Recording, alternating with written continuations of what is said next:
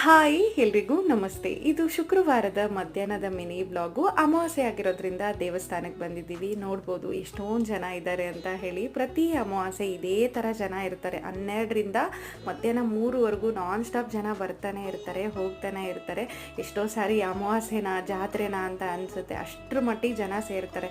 ಇಲ್ಲಿ ಸ್ಕೂಲ್ ಮಕ್ಕಳು, ಕಾಲೇಜ್ ಮಕ್ಕಳು, ಅಲ್ಲಿ ಕೆಲಸ ಮಾಡುವಂಥವ್ರು, ಶೋರೂಮ್ಗಳಲ್ಲಿ ಕೆಲಸ ಮಾಡುವಂಥವ್ರು ಪ್ರತಿಯೊಬ್ಬರು ಬಂದು ದೇವರ ದರ್ಶನ ಮುಗಿಸ್ಕೊಂಡು ಇಲ್ಲಿ ಪ್ರಸಾದ ತೊಗೊತಾರೆ. ಪ್ರಸಾದ ತುಂಬಾ ಸ್ಪೆಷಲ್ ಅಂತ ಹೇಳ್ಬೋದು. ಪ್ರತಿ ಅಮಾವಾಸ್ಯೆ ಅದೇ ರುಚಿ ಇರುತ್ತೆ. ಇನ್ನು ಈವ್ನಿಂಗ್ ಟೈಮಲ್ಲಿ ಮಕ್ಕಳು ಫ್ರೆಶ್ ಅಪ್ ಆಗಿಬಿಟ್ಟು ಹೋಮ್ವರ್ಕ್ ಮಾಡ್ತಾ ಕೂತಿದ್ದಾರೆ. ಶೇಂಗಾ ಪುಡಿ ಖಾಲಿಯಾಗಿತ್ತು, ಹಾಗಾಗಿ ಶೇಂಗಾನೆಲ್ಲ ಹುರಿದು ಎತ್ತಿಟ್ಕೊತಿದ್ದೀನಿ.